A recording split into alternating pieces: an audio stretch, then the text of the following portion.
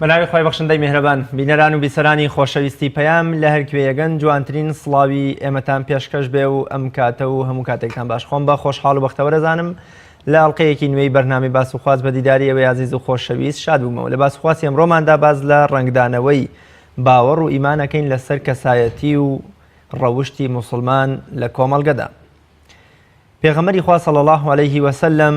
دوای تەمەنێکی زۆر لە عەزیەت و ئازار و ناسۆر و میحنەت لەلایەن خەڵکی نەزان و جاهلیەتی ئەو سەردەمەوە بەڵام هێشتا بە باوەڕێکی پتە و ڕەوشتێکی پەسەندی بەرزەوە تەمەنای هیدایەت و خۆشبەختی و ئاسوودەیی بۆ خەڵکان و بۆ خەڵکانی دوور لە ئیسلام دەخواست و دەکرد. ئەوە تا لە 10 ڕۆژی مانەوەی شاری تائیفدا کە بە ناخۆشترین ساتەکانی ژیانی پێغەمبەری خوا صلی الله علیه و سلم ناودێر دەکرێ و کە لە ئوحوددا خاتو عایشەی دایکمان پێی دەفەرمێت ئایا لە ئوحود ناڕەحەتترت بەسەردا هاتووە پێغەمبەری خوا دەگەڕێتەوە بۆ ساتەکانی ڕابردووی خۆی و پێی دەڵێ کە لە سەقیف لە تائیف قەومەکەت چۆن بوون لەگەڵما زۆر ناڕەحەتتر و بە ئازارتر بوو لەگەڵما بەڵام لەگەڵ ئەوەشدا کاتێ جوبرەئیل و مەلائیکەتی شاخەکان دێن بۆ هەپرونکردن و لەناوبردنی گەلی تائیف پێغەمبەری خوا صلی الله علیه و سلم بەرهەڵستی دەکا و پێیان دەفەرمێ من تەمەنا ئەکەم لە داهاتوودا لە پشتی ئەوان نەوەیەک یەک نەوە دروست بێ ببێتە موسڵمان. لە ڕزگارکردنی قەڵای خەیبەریشدا بە ئیمامی عەلی بە هەمان شۆ پێی دەفەرمێ ئەگەر یەک کەس لەسەر دەستی تۆ ئیمان بهێنێ لە دنیا و ئاسمانەکان و ئەوەشی کە تێیاندایە باشترە لای خوا بۆ تۆ. کاتێکە بەرەو شاری مەککەی پیرۆزیش دەگەڕێتەوە و فەتحی دڵەکان و شارەکەش دەکا پێغەمبەری خوا صلی الله علیه و سلم هیچ بەرپەرچدانەوەیەک هیچ ئازار و ناڕەحەتیە بۆ ئەو کافر و ستەمکارانە دەرنابڕێکەوە کاتی خۆی هەم دەریان کردووە هەم ئازاریان داوە. بۆیە پێیان دەفەرمێەوە بڕۆن ئێوە ئازادکراون ئێوە هیچ لۆمە و سەرزەنشتێکتان بۆ نییە. چۆن موسڵمان لە کاتی ناڕەحەتی و ئازار و میحنەت یان بوونە لە کاتی لۆمە و تانە و تەشەری گەلی جاهلیەتدا لە کاتی بە توند و تیژ و بە تیرۆرز ناساندنی موسڵمانان داخستنی مزگەوتەکان دەستگیرکردنی مامۆستایانی ئاینی چۆن موسڵمان هەر ڕەفتارەکانی نەرمونیانانە بن و وەکو چۆن خوای گەورە لە وەسفی ئیمانداران یا عیباد الرحمانە فەرمێ ئەگەر جاهیلەکان قسەی خراپیشیان پێ بڵێن ئەمان هەم هەر سەلامیان بۆ دەکەن و هەر بە قسەی جوان دەگەڕنەوە کاتێکە لە ڕێی پەمپی هەواوە هەوا دەکەنە نێوسکی سەید قوتبی بیرمەند و مفەسیری گەورەی قورئان ڕەحمەتی خوای لێبێ لەو کاتەدا وتە بەناوبانگەکەی خۆی بە گوێی هەموو جیهاندا دەدا کە دەفەرمێت ئێمە خێر و خۆشیمان پێ بۆ جیهان ئەگەر چی عەزیەت و ئازاریشمان بدەن. لەم بەرنامەیەدا باز لەوە دەکەین کە موسڵمان چۆن لە کاتی خۆشی و ناخۆشیدا هەر موسڵمانانە بژی، لە کاتی ئازار و ناڕەحەتیدا هەر موسڵمانانە بژی، لە کاتی بوون و نەبووندا نەبێتە پەڵەیەکی عار بەسەر ئیسلامەوە. چۆن بۆ نمونە پێغەمبەری خوا صلی الله علیه و سلم دەفەرمێ موسڵمان لە کۆمەڵگەکەی خۆیدا دەبێ هاوشێوەی خاڵێکی ڕەژوا بێت لە ڕوخسارێکی سپیدا کە چەندە ئەو ڕوخسارە دەگەشێنێتەوە و چەندە جوان ئەو خاڵە ڕەشەش دەردەکەوێت. بە میوانداری زۆر بەڕێز مامۆستا عەبدولحەمید بەرزنجی زانا و بانگخوازی ئیسلامی باز لە ڕنگدانەوەی باوەڕ و ئیمانەکەین لە ڕەفتار و هەڵسوکەوت و قسە و هەموو بوارەکانی تری ژیانی موسڵماندا. مامۆستایان زۆر بەخێر بێ و سوپاس بۆ ئامادە بوون. مامۆستا موسڵمان چۆنە بێ هەوڵ بدا ئەو عەقیدە و ئیمان و ڕەوشت و باوەڕی کە ئیسلام پێی بەخشیوە لە ژیانی ڕۆژانەی خۆیدا لە قسە و هەڵسوکەوت و گفتار و ڕەفتارەکانیان ڕەنگ بداتەوە. بسم الله الرحمن الرحيم الحمد لله رب العالمين والصلاة والسلام على رسول الله محمد صلى الله عليه وسلم وعلى آله وصحبه وأمته أجمعين. ربنا اغفر لنا ولإخواننا الذين سبقونا بالإيمان ولا تجعل في قلوبنا غلا للذين آمنوا ربنا إنك رؤوف رحيم. اللهم أرنا الحق حقا وارزقنا اتباعه وأرنا الباطل باطلا وارزقنا اجتنابه واجعلنا ممن يستمعون القول فيتبعون أحسنه وأدخلنا برحمتك في عبادك الصالحين اللهم آمين. سڵاوی خوای گەورە لە جەنابەت کاکە ڕیازی بەڕێز و هەموو بینەران و بیسەرانی بەڕێز و خۆشەویست. دیارە یەکێک لەو خاڵە گەورە و گرنگانەی کە شەریعەت و بەرنامەی پێغەمبەران سەڵات و سەلامی خوای گەورەیان لەسەر بێت پێی هاتوون بریتیە لە پتەوکردن و بەهێزکردنی لایەنی ئەخلاقیات و سلوکیات و ڕەوشتی موسڵمانان و دوورخستنەوەیان لە هەموو کردەوە ناشرین و کارە ناپەسەندەکان ئەوەی کە ئینسان بەزاری دەری دەبڕێت یان لە هەڵس و کەوت و ئەخلاق و مامەڵەیدا ڕنگ دەداتەوە. دیارە پێغەمبەری خوا عەلەیهی سەڵات وسەلام بۆ خۆی لە فەرموودەیە کە ئەمەی ڕۆشن کردوتەوە کە یەکێک لە حکمت و ئەو کارە گرنگانی کە بۆی هاتووە دەفەرمێ إنما بعثت لأتمم مكارم الأخلاق. یەکێک لەو کارانەی کە پێغەمبەری خوا بۆی هاتووە عەلەیهی سەڵات وسەلام ئەوەیە کە لایەنە ئەخلاقیەکان ڕەوشتیەکان بەها باڵەکان لە ناو کۆمەڵگە و مجتەمەعدا تەواو بکات. دیارە وەکو بەڕێزت ئاماژەت پێدا ئینسانی مسلمان خاوەنی ئەم قیەم و ئەخلاق و بەها جوانانەیە لە هەر دەور و زروف و لە هەر کاتێکا بێت. جا وەزع و زروفەکە لە بەرژەوەندی بێت یاوە خود بە پێچەوانەوە یاوە خود ئەمەی کە ئەم خۆی ئەیوێت بەو شێوازە بێت یان بە پێچەوانەی ئەوەوە بێت. ئەخلاقی ئینسانی مسلمان بەڕاستی هەر بەو شێوەیە و جێی خۆیەتی کە ئەم ئەخلاقە جوان و ڕەوشتە پەسەندانە لە ئینسانی مسلماندا ئەم ئاکارە بەرزانە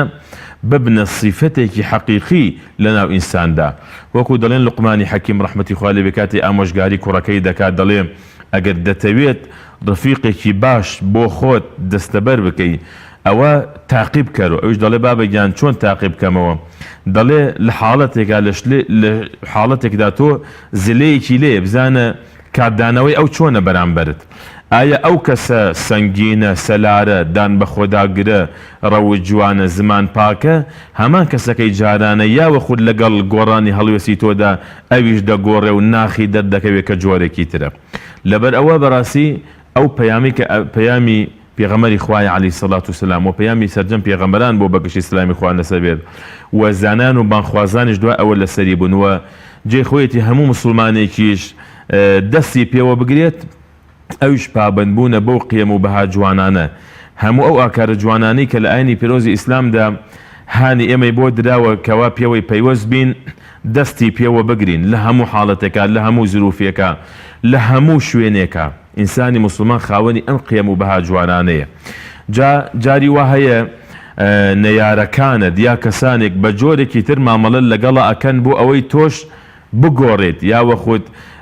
جۆرێک مامەڵەی تر لە تۆدا دەربکەوێت. بەڵام بەڕاستی ئینسانی مسلمان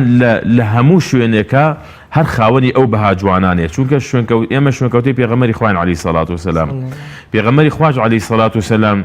لە ژیانیدا ئەو سیفەتە جوانانەی کە لەسەری بووە لە هەموو حاڵەتێکە لەسەری بووە. کاتێ ڕازگۆ بووە لە هەموو حاڵەتێکە هەروە بووە. کاتێک کە ئەمانەت پارێز بووە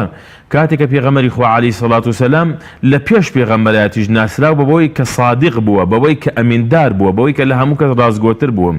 هەر بۆیە موشریکەکان و بێباوەڕەکان ئەمانەت و پارە و پێداویستی گرنگی و تایبەتی خۆیان لای ڕەسوڵ عەلەیهی سەڵات وسەلام بە ئەمانەت دائەنا کاتێ ئەچوون بۆ سەفەرێک. بەڵام کاتی پێغەمبەری خوا عەلەیهی سەڵات وسەلام هیجرە دەکا بۆ شاری مەدینە ناڵێت ئەم کافرانە پارەی ئێمەیان زۆر خواردووە و ئێمەیان زۆر ناڕەحەت کردووە و ئەمڕۆ ڕۆژی تۆڵەکردنەوەی ئەو حەق و مافانی ئەوان کە لە لای منە ئەو پارە و ماڵ و سامان و ئاڵتونی ئەوان لای منە ئەمڕۆ ڕۆژی ئەوەیە منیش ئەمە وەکو حەقی خۆم وەربگرمەوە. بەڵکو پێغەمبەری خوا عەلەیهی سەڵات وسەلام کەسێک دائەنێت لە جێگەی خۆی بۆی کە ئەم ئەمانەتانە بگەینێتەوە دەست خاوەنەکەی و بۆ خۆشی دەفەرمێ کە ئەمە قاعیدەیەکی زۆر گەورە و گرنگە لە بابی معاملاتە لە بابی ژیانی خەڵکیدا کە دەفەرمێ ئەدی الئەمانەتە ئیلا من ئیتەمەنەک وەلا تەخون من خانک. هەر کەسێ سپاردێکی پێدای بی دەرەوە دەست خاوەنەکەی ئەگەر بەرامبەرەکە خیانەتی لێ کردی تۆش خیانەتی لێ مەکە. ئەگەر کەسێ شتێکی بەرامبەر کردی تۆ دەسەڵاتی نییە ڕۆژێ تۆ دەسەڵاتی هەبوو نەکەی تۆ چی خیانەتکەیتەوە وەکو ئەو کاتە تۆ لەگەڵ ئەوە وەکو یەکوان. مهم ئەوەی ئینسان لە کاتێکا دەسەڵاتی هەیە و هێز و توانای هەیە لەو کاتەدا خاوەنی بەها جوانەکان بێ خاوەنی قیەم و ئەخلاقە بەرزەکان بێ. لەبەر ئەوە ژیانی ڕەسوڵ عەلەیهی سەڵات وسەلام و ژیانی پیاوچاکان و ژیانی عولەما و زانەکانش بەڕاستی بەم شێوە بووە. زۆر جارە فەرموون شێخی بن باز ڕەحمەتی خوای لێ بێت کە زۆر حەزی لە ڕۆژوگرتنی سنت بووە و ڕۆژە سنەتەکان بووە. ئەفەرمی هەندێک جار پیان سیر بوو کە لە هەندێک کاتە بە ڕۆژوو نەبوو. فەرمی کاتێ پرسیاریان لێ کرد ئەفەرمی وەڵی کە ئینسان بە ڕۆژۆ بێ جاری وایە تووشی بێتاقەتی و کزیەک دەبێ. بەڵام دەفەرمی ئەو کاتانە بۆ ئەوەی کە من حەز ئەەکەم بڕۆم بەدەم کاری خەڵکەوە ئەزام خەڵکێکی زۆر کاری بە منە ئیشی بە منە بۆ ئەوی بتوانم کار ئاسانی بۆ خەڵکی بکەم و زیاتر خزمەتی خەڵک بکەم هەنە جارە فەرمووازی لەو ڕۆژە سونەتانەیە نەکە بۆ خۆی زۆر حەزی ئەکرد بەردەوام بێ لە سەریان جا بەڕاستی ئەمە مانای خزمەتکردنی خەڵکە مانای ئەوەیە کە تۆ لە هەموو حاڵەتێکە تۆ کەسێکی بەسوود بی لە نێو کۆمەڵگەدا وەکو ئەو وابی لە هەر شوێنەکبی شتێ سەوز بکەی خزمەتیە بە خەڵکی بکەی جێگای خۆشی و دڵخۆشی بی بۆ خەڵک وەکو وتراوە ئاو ئاوەدانیە ئینسانی مسلمانیش ئەگەر لە ناو دایرەیە کابێ ئەگەر لە ناو گەڕێکی خۆی دابێ ئەگەر لە ناو بازار دابێ جێ خۆیەتی ئەم کەسۆ بەسوودە بێ خەڵک پەنجەی بۆ ڕاکێشن بڵێن بەڕاستی فڵانە کەس مسلمانێکی تەواوە بەڕاستی خاوەنی قیەم و ئەخلاق و ڕەوشتێکی بەرزە یعنی ئەم ئاکار و ڕەوشتە جوانە بە معنای کەلیمە لە ژیانی و لە معاملات و ڕەوشتەکانیدا ڕنگ بداتەوە. زۆر باشە مامۆستا کاتێکە خەڵکی نەیار و خەڵکی خراپ و دژمن بەرامبەر بە مسلمان هەڵوێستی ناپەسەند و قسەی ناشرین و بۆ منە ڕەفتاری ناپەسەند دەنوێنن چۆن مسلمان خۆڕاگر بێ وەکو چۆن ئەو قسەی سەید قوتب ڕەحمەت بێ دەفەرمێ لە کاتێکە کە ئەو ئەم عەزیەت و ئازارەشی دەدەن پێیان دەفەرمێ ئێمە خێر و خۆشیمان پێ بۆ جیهان ئەگەر چی عەزیەتیشمان بدەن چۆن مسلمان لە کاتی وەکو جەنابەت فەرموود خۆی ئەو کاتە جوامێری و ئازایەتی وەکو پێغەمبەری خوا صلی الله علیه و سلم لە کاتی میحنەت و ناڕەحەتیە زیاتر بەهاکانی تیا ڕەنگی داوەتەوە. طبعا پەیامی ئیسلام کە مسلمانان هەڵیان گرتووە پەیامی ئاشتی و خۆشەویستی و پێکەوە ژیان و تەبایی و ئەم واتە جوانانەیە جا ئینسانی مسلمان بەڕاستی دەبێت کار لەسەر ئەمە بکە یعنی لە ژیانی خۆیدا هەوڵ بدات چۆن ئەمە بتوانێت بەرجەستەی بکات لە بەرامبەر ئەو کەسانەی کە شتێکی ناشرینە بەرامبەر ئەکەن تەماشا لە قورئانی پیرۆزدا لە چەند شوێنەدا دەفەرمێ ئیدفع بالەتی هی ئەحسەن طبعا ئەو کاتێکە کەسێک مامەڵی ناشرین ئەکا بەرامبەر بە تۆ بەڵام تۆ بە شێوازێکی زۆر جوان وەڵامی ئەو کەسە ئەدەیتەوە خوای گەورە سوبحانه وتعالى دەفەرمێ فإذا الذي بينك وبينه عداوة كأنه ولي حميم هەر ئەم ڕەوشتە جوانەی هەرەما کارە بەرزەیە ئەو کاتێکە کەسێک نەیارتە بەڵام تۆ بە شێوازێکی زۆر جوان هەسوکەوت و مامەڵی لەگەڵدا ئەەکەی ئەو کاتە دەتوانی ئەو کەسی کە دژمنە تۆ بیکەیتە دۆست و خۆشەویستی خۆت دەگەنەوە لە ئیمامی ئەبوو حەنیفە ڕەحمەتی خوا لێ بێ کاتێک کە هاوسەیەکی بووە چەندە ئەزیەتی داوە چەندە ناڕەحەتی کردووە چەندە بێزاری کردووە بە کەسێکی مەشروب و عەرەخۆر بووە شەوان کاتی ئیمام هەڵەسا شەو نوێژێ کرد شتیە نووسی ئەو لەو کاتانەدا خەریکی گۆرانی وتون و خەریکی یعنی شتی ئەنواع و ئەشکال شتی وت و ئەزیەتی بۆ ئیمام دروستە کرد بەڵام کاتێک چەند شەوێک گوێبیستی نابێت و ئەحواڵێ پرسیارێ فڵانە کەس بۆ دیانێ دەڵێن وەڵا فڵانە کەس گیراوە لە سژنایە ئیمامیش ڕەحمەتی خوا بێ دەڕوا بۆ سجن سەردانی دەکەم کابرای بەرپرسی تەوقیفیەکە لەوێ پێی سەیرە ئیمامی ئەبوو حەنیفە دەڕوا سەردانی ئەم کابرایە دەکات دەڵێ قوربان تۆ چۆن هاتووی بۆ ئێرە ئەمە کەسێکی ئاوە و ئاوایە دەفەرمێ ئەم کەسە حاچێبی ئەمە دراوسەی منە دەیمەگەر پێغەمبەری خوا عەلەیهی سەڵاتو وەسەلام لە ناو شاری مەدینەدا یا لە ناو شاری مەکەدا ئەوانەی کە دراوسەی بوون کۆمەڵ خەڵکی کافر نەبوون یان مەسیحی نەبوون یان جوولەکە نەبوون یا لەسەر کۆمەڵێک بڵێن دینی تر حتا کە شوێکەوتوی پێغەمبەری خوا نەبوون عەلەیهی سەڵاتو وەسەلام بەڵام پێغەمبەری خوا عەلەیهی سەڵاتو وەسەلام هیچ کات ئەزیەت و ناڕەحەتی بۆ ئەوان دروست نەکردووە بۆیە یعنی ئەم هەڵوێستەی ئیمام ڕەحمەتی خوا لێ بێت وا ئەکات تەئسیر و کاریگەری لەسەر بەرامبەرەکەی دروست دەکات کە پەشێمان بێت و لەو کارە قێزدەون و ناشرینانی کە بەرامبەر ئەمزانە بەڕێزە و بەرامبەر بە هاوسەکەی خۆی کردوویەتی ئینسانی مسلمانیش بەڕاستی دەبێت لە شوێنی موقع و کارەکەی خۆیدا دەبێت بەڕاستی هەر ئاوا بێت دەبێت بەڕاستی ئەو نمونە جوانە بێت وەکو خوای گەورە سوبحانه وتعالى کە باسی ئەوانە ئەکات کە صفاتی ئەوانیان تیا کە هەڵبژێراوی خوای پەروەردگارن تەبارەکە وتعالى ئەوەیە لە بەرامبەر کاری نەشاوی خەڵکیدا بەڵام ئەممان هەر ڕەوشتیان جوان هەر ئەخلاقیان جوانە وەکو پێغەمبەری خوا عەلەیهی سەڵاتو وەسەلام کاتێک کە ئامۆژگاری معاذی کوڕی جەبەلی کرد و چەند هاوڵێکی بەڕێزی ترژێکی لەوان کە معاذی کوڕی جەبەل بوو کاتێک کە ئەینێرێ بۆ یەمەن ئەویش ڕەسوڵ الله عەلەیهی سەڵاتو وەسەلام تا کۆتایی شاری مەدینە قەرەق شاری مەدینە لەگەڵی دەڕوات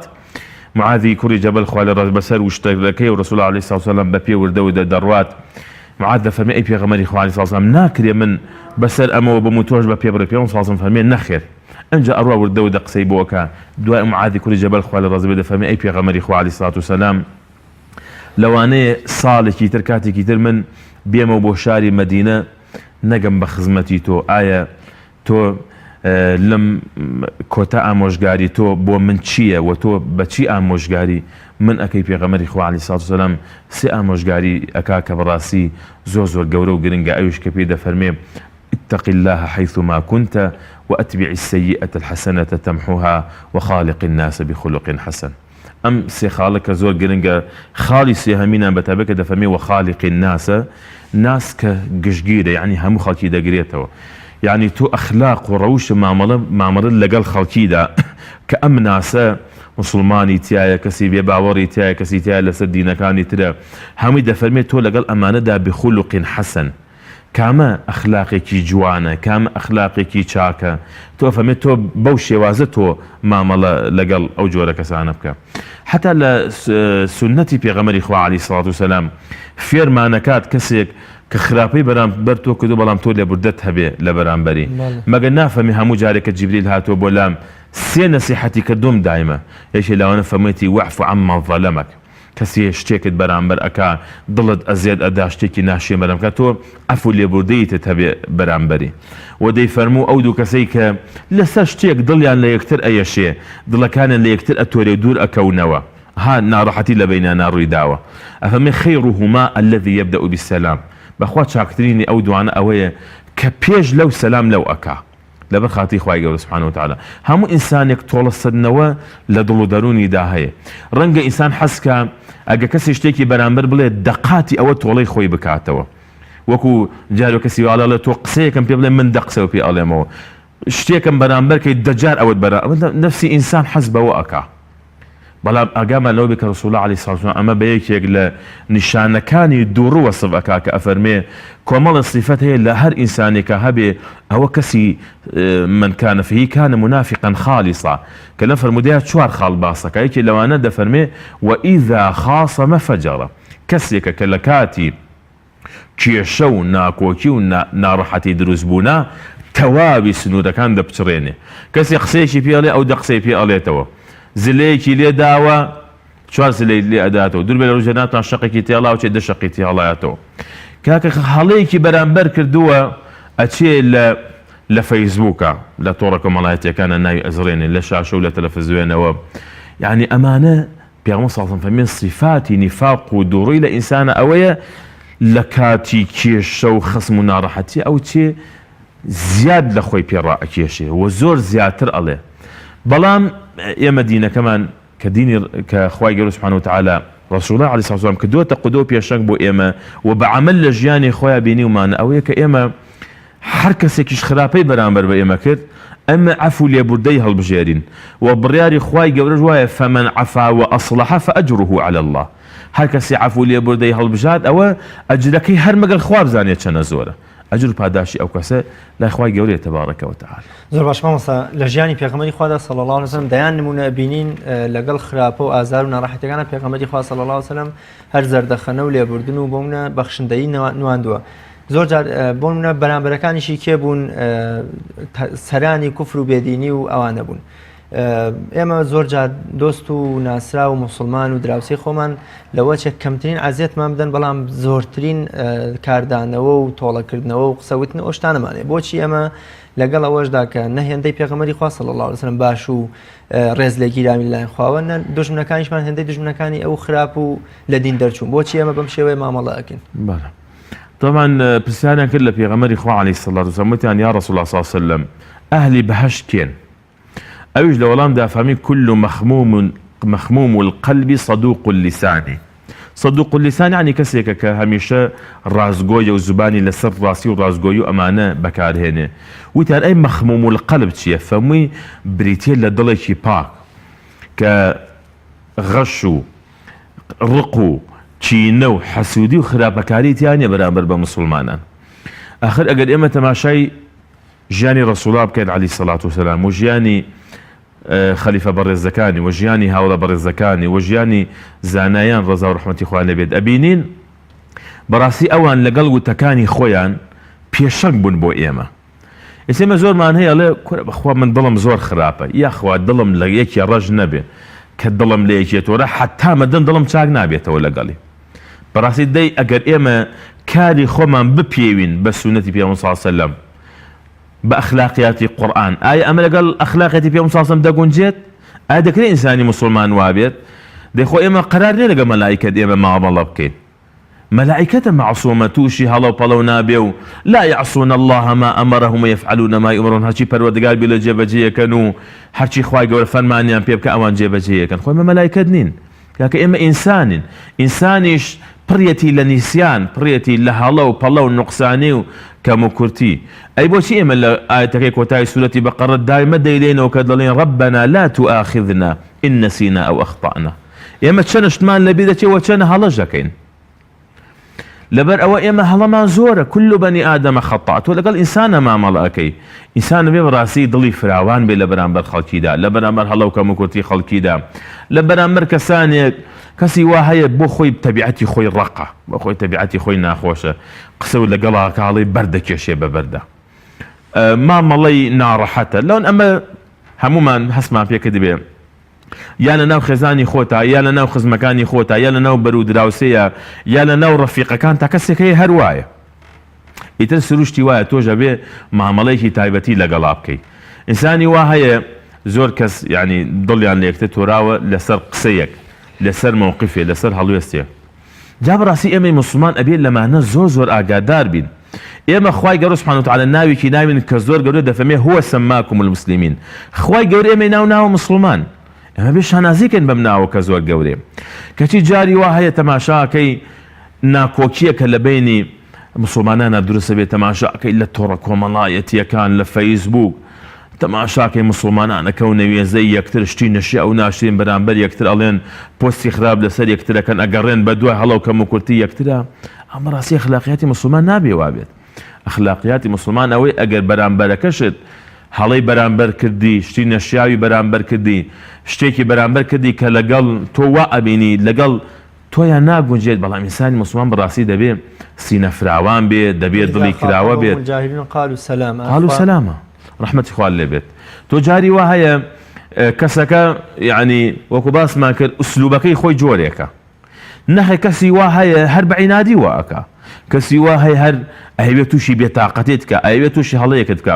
تەمەەن خۆ ئەگەر ئەو هەر شتیە بڵێ ڕەنگە کەس حسابی بۆ نەکە. بەڵام ئەگەر هەڵەکە لە کەسێکی مسلمانە و کەسێکی دیارە و دەربکەوێت تەماشاکەی زۆر شتەکە لەسەر ئەو ئەکەوێ. لەبەر ئەوە جاری وا هەیە یعنی بەتایبەت کەسانێک کە دیارن دەبێت زۆر ئاگادار بن. جاری وا هەیە لە بەرنامەیەکە، جاری وا هەیە لە تەلەفۆنە، جاری وا لە شتا خەڵک پەیوەندی پێوەکە بێ ئینسان زۆر ئاگادار بێ، یعنی ئاگاداری مووقیفەکانی خۆی بێ، قسەکانی خۆی بێ، هەڵوێستەکانی خۆی بێت و ئەو شتانی کەوا دەری ئەبرێت. لەبەر ئەوە وەکو بەڕێزت ئاماژەت پێدا ئەم پرسیارە زۆر گرنگە کە ئێمە جاری وا هەیە کەسەکە مسلمانێکی زۆر چاکە، نەخێر کەسەکە زۆر نزیکە لێتەوە. جاری وایە لەبەر خاتری شتێک تەماشاکەی دڵەکان لە یەکتر ئەتۆرێن. ئەمەگە پێغەمبەری خوا عەلەیهی سڵات وسەلام نافەرمێ ئەگەر ئینسانێک ساڵێک قسە لەگەڵ برا مسلمانەکەی خۆی دا ببڕێ کە سەفکی دەمیهی وەکو ڕشتنی خوێنی وایە، تۆ مسلمانێ بکوژیت چەنە گوناهە، تۆ ساڵی قسە لەگەڵ ئەم ئینسانە نەکەیت. ئاخر ئەمە جاری وا هەیە پیاوە قسە لەگەڵ ژنەکەی خۆیان ناکە، جاری وایە ژنە قسە لەگەڵ پیاوەکەی خۆیان ناکە، دایک و باوک قسە لەگەڵ مناڵەکەی ناکە، مناڵ قسە لەگەڵ دایک و باوکیان ناکە، یان دراوسی قسە لەگەڵ یەکتریان ناکەن. کاکەوە بۆ بەخوا ڕۆژێ شتێکی پێوتم بەخوا حتا مردن لە بیرم ناچێتەوە. دێمەگە تۆ ئەو نەمەعسوومی تۆ لە ژیان تا قسەیەک ناکەی کە دڵی خەڵکی عاجزکەی. نەخێر دەی خۆ لەو کاتەیە لێبوردەیی بۆ ئینسان دەرەکەوێت، لەو کاتەیە گەورەی بۆ ئینسان دەرەکەوێت. جا ئەگەر من چاک بم و تۆش چاک بیت، ئەمە ئەگەر تۆ خراپی لە بەرامبەر چاکی منە ئەمە زوڵمە، ئەمە خراپە. بەڵام ئەگەر کەسێکمان خراپ بووین ئەلەو کاتەیە چاکی بەرامبەرەکە دەرەکەوێت کە بزانێ لە وتەکانیدا لە هەڵوێستەکانیدا. جا نمونەیەکی جوان هەیە لە نمونەیەکی لە خواناسان زۆر کێشەی بوو لەگەڵ خێزانیدا ڕێ نەئەکەوتن، ئەتۆرە ئەچۆ ماڵی باوکی خەڵک لێی ئەپرسی کاکە ئێوە لەسەر چی کێشەتان هەیە؟ ئەویش ئەو کاکە گیان پێویست ناکە بۆ ئەوەی باسکەم، ئەگەر خێری تایە خوای گەورە بە یەکمان بگەێنێتەوە. ئەڵێ هەر نەگەیشتنێک لە دوای ئەوە کاتێک کە لە یەکتر جابوونەوانێ خەڵک پرسیاری کردەوە ئێوە لەسەر چی لە یەکتر جابوونەوە؟ وتی کاتی خۆی من ئەو ئافرەتە شەرەف و ناموسی من بوو، ڕێز و حرمەت و کەرامەتی من بوو، من چۆن نەچم خێزانم لای خەڵک باسیکەم بڵم خێزانم ئاو ئاوایە. ئێستش کە من تەلاقم دا و پەیوەندی بە منەوە نەماوە، من ناچم باسی شەرەف و ناموسی ئافرەتی خەڵک بکەم. ڕاستی ئەوە ئەخلاقیاتی ئینسانی مسلمان. ئێستا کەسی وا هەیە دائنیشێ لە مەجلیسە ئەکەوێتە باسکردنی ژنی خۆی، ژنی وا هەیە لەگەڵ ژنی گەڕەکە لە بەدەگا دائنیشە نەکەوێتە زەمکردنی پیاوەکەی خۆی بەخوا ئێوە نازانن ئەم پیاوە چۆنە بەخوا ناوسکی خواردوین بەخوا ئاو ئاوە. ئەم شتانە ئینسانە بێت لە ناو خێزانی خۆیدا بەڕاستی نەیباتە دەرەوە. هەموو ئینسانێک کەم و کورتی هەیە، هەموو ئینسانێک بەشی خۆی نوقسانی هەیە، بەڵام مهم ئێوە چۆن ئێمە بتوانین هەڵەکان بۆ یەکتر ڕاستکەینەوە و بتوانین کاتێک کەسێک خراپە لەگەڵماندا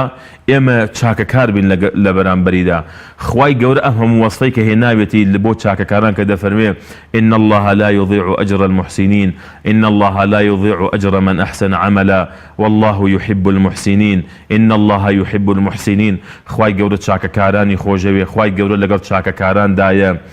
ئەمانە چەند چاکەکاران، چەند محسن، چەند ئەوانی کە خوای گەورە فەرمێ لا يضيع أجر المحسنين، ئەوەی کە چاکەکارە خوای گەورە ئەجرێ زایە ناکە. چێیە تۆی مسلمانی کاتێک کە چاکەیەکەکەی حتا لە ئیسلامدا تۆ چاکەیەکەی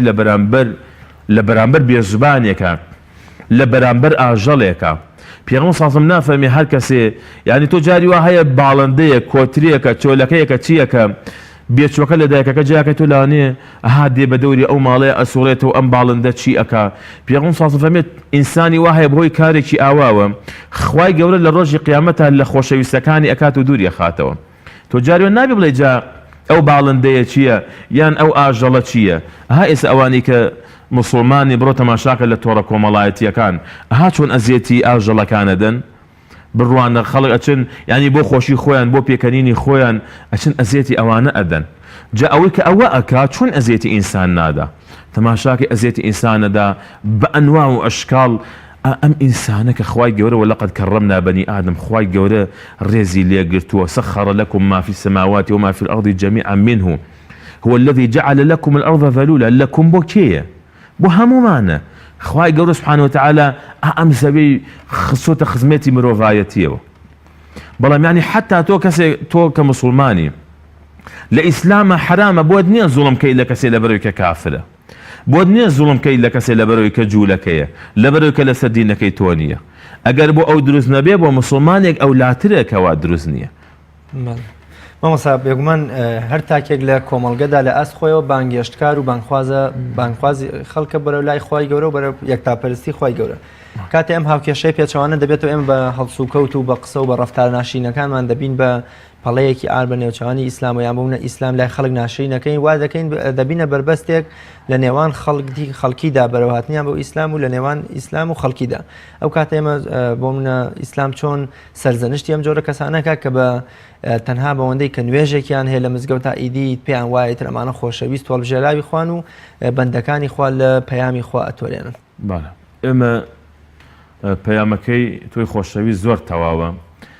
هەر یەک لە ئێمە کە هاتوچۆی مزگەوت دەکات و جێگە و پێگەیەکی خۆی هەیە لە ناو بنەماڵەکەی یا لە ناو دایرەکەی یا لە ناو گەڕەکەکەی یا لە ناو بازار و دوکاندارەکەی، بەڕاستی خەڵک حسابێکی تایبەتی بۆ ئەکا. ئەبێ ئینسانیش بەڕاستی ئەم ناوەی و ئەم حرمەت و ڕێزەی کە هەیەی بەهۆی دینداری و مسلمانەتی و هاتوچۆکردنی مزگەوتەکەیەوە دەبێت بەڕاستی ئەمە بپارێزێ. حەزەکەم هەمومان گوێبیستی ئەم بەسەرهاتە بین لە ژیانی ڕەسوڵ الله عەلەیهی سەڵات وسەلام کە بۆ خۆی بینیویەتی و بۆ ئێمە تۆمار کراوە کە ئێمە لەبەر ئەوەی کە ئەهلی مزگەوتی نییە هەشتێکی تر هەین یە هەر پلە و پایەکمان هەیە ناکاتە ئەوەی بە چاوێکی کەم تەماشای بەرامبەرەکەمان کەین یا قسەیەکی نەشیاوی پێ بڵین کە خوای گەورە پێی ناخۆشە. چکە بەڕاستی ئەوە ئەخلاقی ئینسانی مسلمان دەبێت بەڕاستی لەوانە خۆی بپارێزی. ئەگەر تیای بوو مانای ئەوتە هەڵەیەک هەیە مسلمانە بەس هەڵەیەکی تیای بێ و هەڵە بەڕاستی لە خۆیدا چارەسەر بکەم. تەماشاکەی ئەبوو ذەر کەیەکێکە لە هاڵانی پێغەمبەر صلی الله علیه و سلم زەمانێکە لە خزمەت پێغەمبەر و صلی الله علیه و سلم هاوڵایەتی و فەرمودەی لێگەڕاوەتەوە لە خزمەتی ڕەسوڵ الله بوو عەلەیهی سەڵات وسەلام. ئەم پیاوە ڕۆژێک لەگەڵ یەکێک لە هاوڵەکانی کە بیلالە خوای لە ڕازی بێت دەمە قاڵەیە کێشەی لە بەینیانە دروستە بێت، ئەویش پێی دەڵێت ئەی کوڕی ژنە ڕەشەکە. بیلالیش خوای لە ڕازی بێت ئەم شتەی زۆر لەسەر دڵ ناڕەحەتە چونکە ئەوان وازیان هێناوە لە جاهلیەتەوە هاتون بەرەو ئیسلام چونکە لە ئیسلامدا فەرقی بینی ڕەش و سپی نییە چینایەتی نەماوە لە ئیسلامدا فەرق نییە کوردە عەرەبە فارسە تورکە هەر کەسێ بە تەقواتر بە ئەوە لە خوا نزیکە ئێتر ئەگەر کوردێ بێ ئەگەر ئینگلیزێ بێ ئەگەر هەر کەسێ بێت ئەوە لای خوا ئەوش ئەم قسەی زۆر پێ ناخۆشە دەڕاتە لای ڕەسوول الله عەلەیهی سەڵاتو وسەلام شکا دەکات لەوەی کە ئەوەی پێوتراوە پێغەمبەری خواش عەلەیهی سەڵاتو وسەلام بێدەنگ نابێت لەم قسەی کەوا کراوە بۆی ئەبوو ذەر باگە کات و پێ ئەفەرمێ ئینەکە امڕؤ فیکە جاهلیە بەڕاستی ئەم قسەی کە تۆ کردوتە ئەمە خەسڵەتی جاهلیەتە کەواتە تۆ شتێکت لەمە ئێشتا تیاماوە دەبێ وازی لێبێنیت یعنی ئەبوو ذەر پێی سەیرە ئەو هەموو ئەو چەند ساڵەکە مسلمان بووە و ئەهلی نوێژ و ئەهلی مزگەوت کەسی لەگەڵ خۆی ناو مسلمان وانە تازە سوڵاسم ئەوەی پێرێ بەڵام ئەمە دینی خوایە دینی خوا ئاوایە هەر کەسێ کە شتێکەکە ئەگەر شتەکەی موافقی شەرع نەبێت دەبێت پێ بڵێ تۆ لەو شتەدا هەڵەیە لەبەرەوە بەڕاستی ئێمەش بۆیە زۆر جا من لەو تارە جمعە ژەمە وتومە ڕەحمەتی خوا لێ بێ براو خوشکی بەڕێزم ئەگەر دوکانداریت ڕەحمەتی خوا لێ بێ کارێ مەکە خەڵک بەهۆی تۆوە مزگەوتی لەبەر چاوکەوێت خەڵک نەڵێ فلانە حاجی فلانە شێخ کورە ئەوە دەست بڕاوە فلان نەکەی نەچی بۆ لای ئەوە ڕەحمەتی خوا لێ بێت دینەکە لەبەر چاو خەڵک ناشرین مەکە ئەگە کەسێکی مامۆستایەکی ئاینیت ئەگە کەسێکی پێگە و جێگەیەکی خۆت هەیە حرمەتی ئەو جێگە و ڕێزەی خۆت بگرە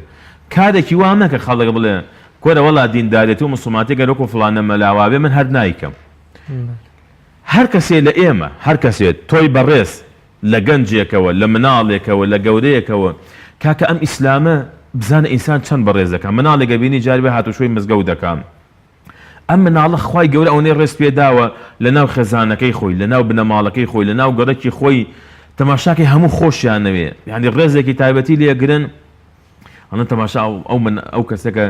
چەندە بە تەمەنیش مناڵە بە چەنە عاقڵە چەنە ئوسلوبی جوانە چەنە ئەدەبی جوانە چەنە ڕەوشتی جوانە چەنە دەست پاکە دەم پاکە چەند دەم بەخەندەیە هە خەڵکم سیفەتانەی پێخۆشە وەڵا تۆرە شەو ڕۆژ ئەهلی مزگەوت بە و کەسێک دایمە لە مزگەوت تابێ بەڵام ڕووی ناخۆش و عەبوس و ئەوانە بێ لە بەرامبەر خەڵکیدا خەڵک دەڵێ خوا فڵانەکە زۆر لە هەر باسیشی مەکە خواگای لێکەی بینی هەل لە خۆتەوە دڵت تەنگە بێت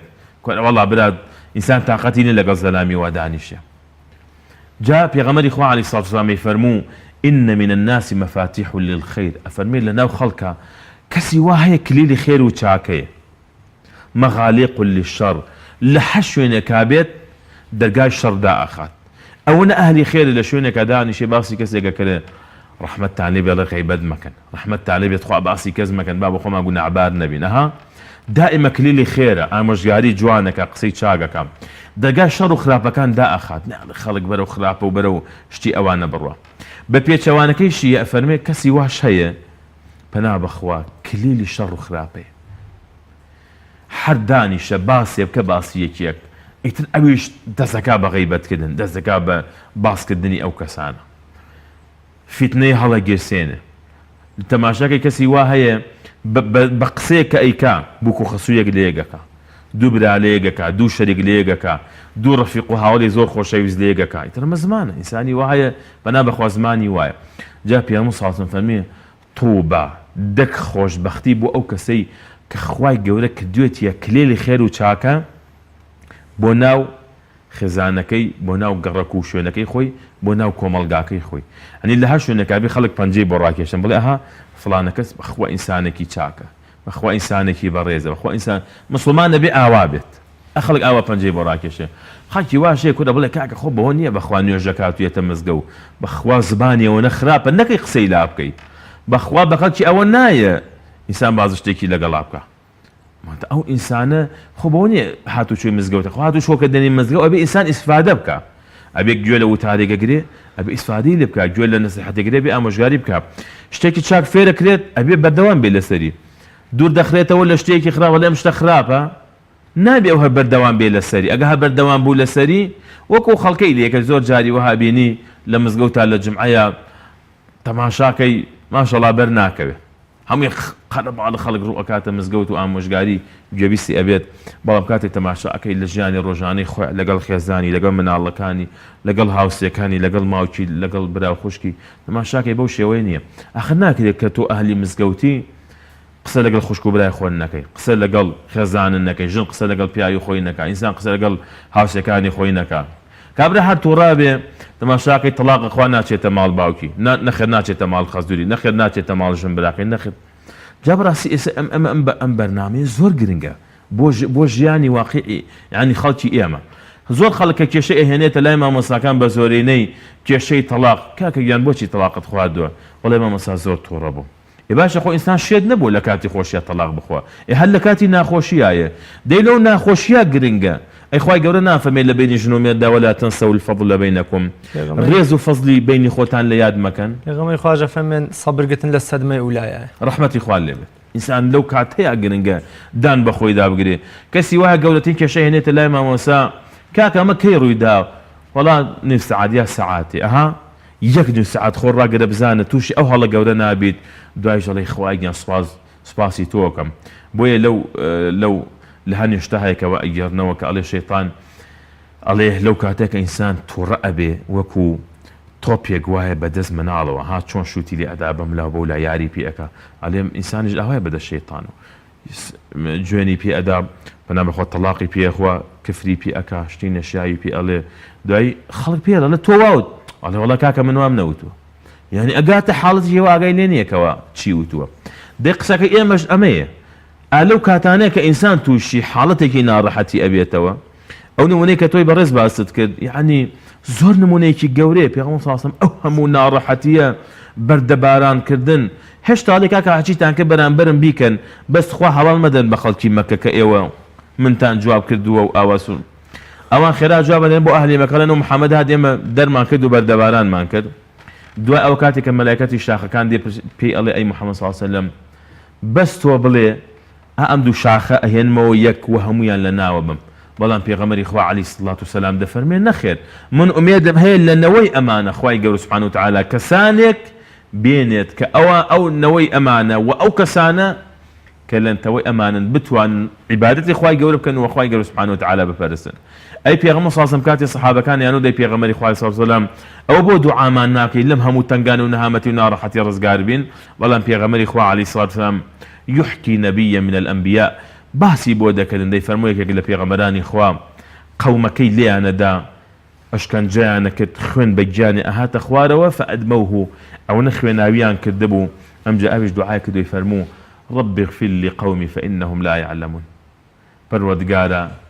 لم قومم خوش بخوا اوان نازانا بخوا اوان تيناغن بخوا قالان زاني من بوك شو بانيانك ومن بوك بيامك براسي اوان اوا اشكان جاي مني ان ادا دەبێت تۆی مسلمانیش بەڕاستی هەڵوێست و مووقفت ئاوا بێ یعنی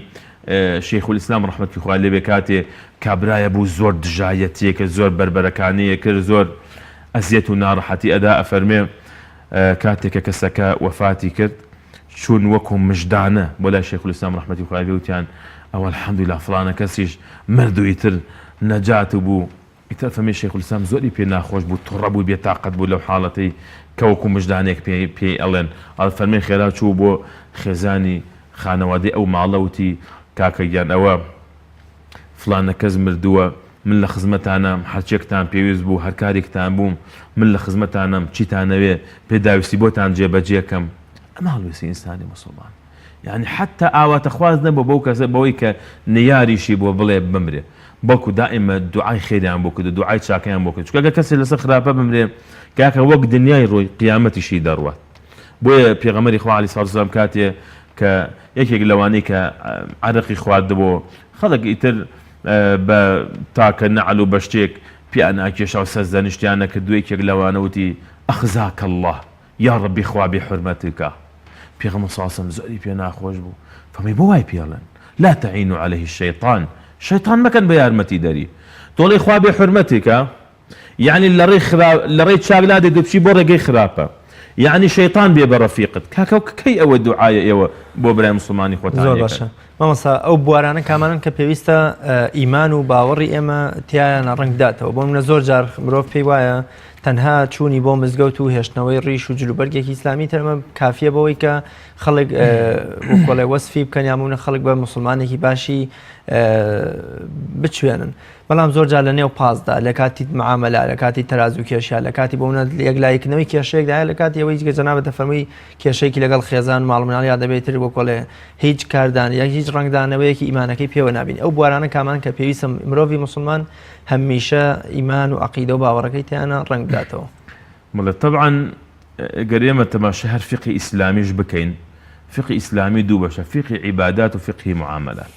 فقه عبادات كبريتين لفقه دوش وفقه الرجوع وفقه زكاة وفقه حج اويتر كبريتين لفقه معاملات زور جرنجا معاملي جنوبيا وجاني جنومرداتي وامانه هموي لبابي معاملاته كرين وفروشنا كان معاملي اما لقل يكتري انسان پیاو لەگەڵ خێزانی ژن لەگەڵ پیاوەکەی خۆی دایک و باوە لەگەڵ منامن لەگەڵ دایک و باوکی هاوسەکان لە بەرامبەر یەکتریدا ئەهلی گەڕک و ئەهلی شار و خەڵکی مەنتیقە و مرۆڤایەتی هەمووی بەگشتی لە بەرامبەر یەکتریدا ئەبێت ئەخلاقە جوانەکان قیەم و بەها باڵەکان لە بەرامبەر یەکتریدا ڕەچاو بکەن. ئەگە هەر کەسێکیش بە حسابی خۆی بێوێ خۆی لە بوارە عیباداتەکە تند و تۆڵ بکات بەڵام لایەنەکەی تر فەرامۆش بکات بەڕاستی پێوەی دیارە کە ئەم عیبادەت و پەرستنانی کە ئەم کەسە کردوویەتی کاریگەری و تەئثیری لەسەر ژیانی دروست نەکردووە. طبعا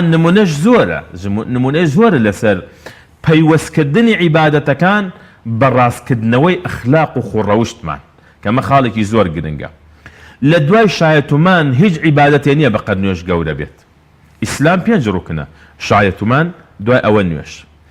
بەڵام نوێژیش کاتی کە خوای گەورە سوبحانه وتعالى باسی نوێژماکە نوێژ ئەو عیبادەتە گەورەیە کە بین ئینسان و خوای گەورەیە بەڵام خوای گەورە سوبحانه وتعالى دەفەرمێ إن الصلاة تنهى عن الفحشاء والمنكر. دەی نوێژێک نوێژە ئەبێ لە فاحیشە کاری بەد کاری نەشیاو لە هەموو ئەم شتانە تۆ دوورخاتەوە ئەمجا ئەوە پێی ئەوترێ نوێژ. یەکێتر لە ڕوکنەکانی ئیسلام بریتیە لە ڕۆژوو خۆر ئەوە نییە تۆ بەیانی بانگیدا نابێ نان بخۆیت ئێوارە بانگیدا دەستکە بەنان خواردن هەر ئەمە نییە. ئەی حکمەتی ئەم ڕۆژوە چییە؟ ئەی پێغەمبەر صلی الله علیه و سلم نافەرمێ إنما الصيام من اللغو والرفث. ڕۆژوو ئەوەیە کە خۆت لە جنێ و قسەی ناشرین و شتی بێسوود خۆت بگریتەوە. ئەی نافەرمێ رب صائم ليس له من صيامه إلا الجوع والعطش. کاکە چەندها ڕۆژوو هەیە ئێوارە کە ڕۆژووی شکان ئەوەنەی بۆ نووسراوە لە سەعات ئەوەنە بۆ ئەوەنە نانی نەخواردووە نانووسرێ بە ڕۆژوو بووە نانووسرێ بە ڕۆژوو بووە بە ڕۆژوو بۆ کەسێکە چۆن زمانی چۆن شتێ ناخوا چۆن مەعیدەی پاراستووە زمانی پاراست و دەمی پاراست و لە خواردن و خواردنەوە ئەبێ زبانشی بپارێزێ لە حرام ئەبێ چاویشی بپارێزێ ئەبێ گوێشی بپارێزێ لە حرام. یعنی یا دەفەرمێ رب قائم ليس له من قيامه إلا سهر. چەنەها کەس هەیە کە شەو بێدارە شەو تا بەیانی بۆی نانووسری ئەم کەسە شەو نوێژی کردەوە بۆی ئەنووسرێت سعاد ئەو نەبوو ئەوەنە نەخەوتووە بۆ چونکە ئەم نوێژە تەئسیری نەبووە لەسەری کەواتە کاتێک ئینسان ڕۆژەکەی گرنگە کاریگەری لە مامەڵەی لەگەڵ خەڵکیدا ڕەنگ بداتەوە.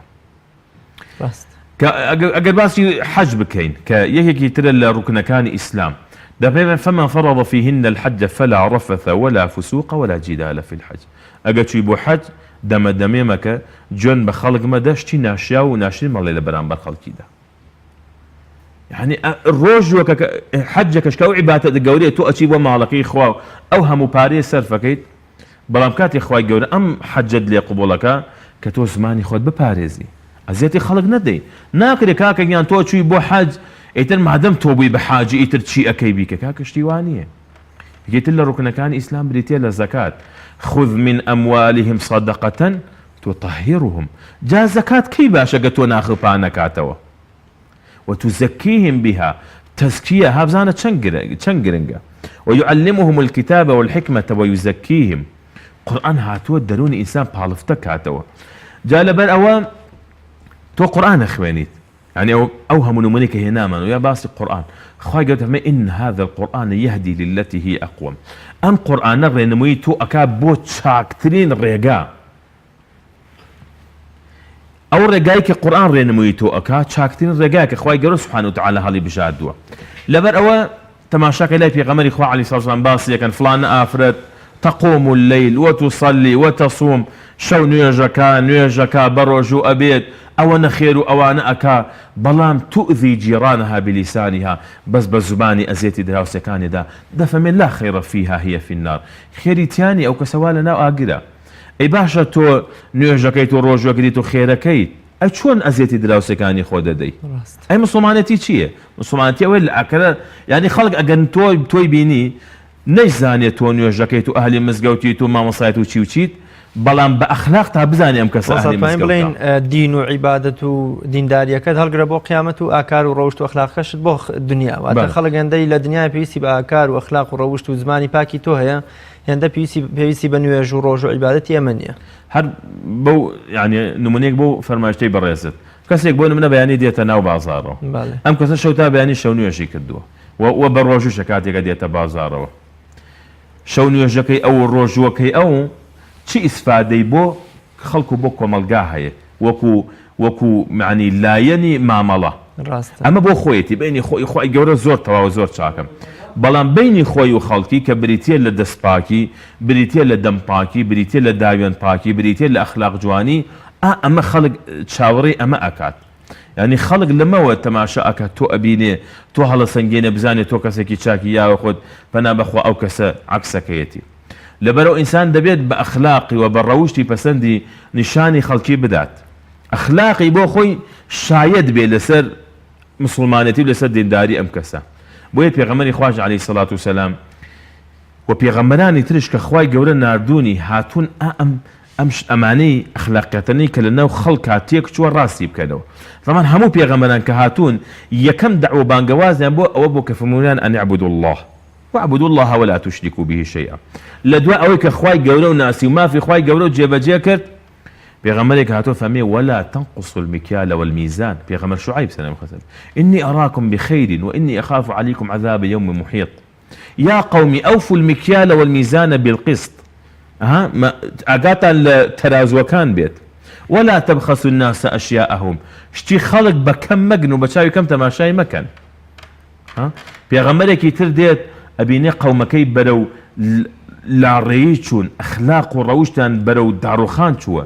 دێ لەم لایەنەوە پاکیان نەکاتەوە و ڕێکیان نەکاتەوە لەبەرەوە پێغەمبەر سەلام خوازم کە هاتوون لە پاڵ بانگەوازی تەوحید و خواناسیەکەیە هاتوون ئەمجا فێری خەڵکیان کردووە مامەڵەیان چۆن بێت لەگەڵ یەکتریدا ئەخلاقیان چۆن بێت لە بەرامبەر یەکتریدا مامۆستایان کاتی بەرنامەکەم تەواو بوو زۆر سپاس دەکەم خوای گەورە پاداشتی بەخێر بداتەوەمان لێ بکات بینە نمونەیەکی گەشت لە کۆمەڵگەدا زۆر سپاس دەکەم بینەرانی بەڕێز و خۆشەویست لێرەشدا هاتمان کۆتایی ئەڵقەی ئەمڕۆمان تا بە یەک گەشتنەوەیەکی تر بەخوای گەورە مێرەبانتان ئەسپێرم خواتان لەگەڵ